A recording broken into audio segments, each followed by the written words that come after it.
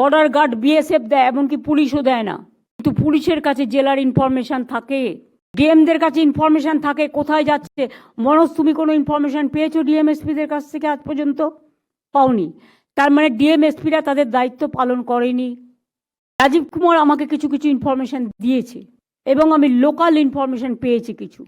যে ইনফরমেশনগুলো আমাদের কাছে পজিটিভ এসছে, ডিটেলসটা আমার চাই, কারণ আমি একটা স্ট্রং লেটার লিখব। কেন এটা করা হচ্ছে? এখানে গুন্ডা পাঠিয়ে দেওয়া হচ্ছে, বর্ডার দিয়ে খুন করছে, চলে যাচ্ছে, এই রকম লোক পাঠানো হচ্ছে। এটা বিএসএফের অনেক ভেতরকার কাজ। এর মধ্যে কেন্দ্রীয় সরকারের একটা ব্লু প্রিন্ট আছে।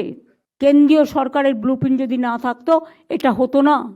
আমি বারবার কেন্দ্রীয় সরকারকে বলেছি যে যা করবেন আপনারা সেটাই আমাদের পথ, কিন্তু আমি যদি দেখি আমার রাজ্যকে ডিস্টার্ব করবার জন্য জঙ্গি হানাকে কেউ মদত দিচ্ছেন, সেক্ষেত্রে তো আমাদের প্রতিবাদ করতেই হবে।